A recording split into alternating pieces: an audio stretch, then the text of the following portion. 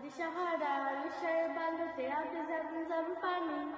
হাদি আজাদির হাসান হোসেন জান্নাতি ফুলদানি, হাদি ইতিহাস পাখিয়া বাবিল মুসার হাতের লাঠি, হাদি উমরের অর্ধ জাহান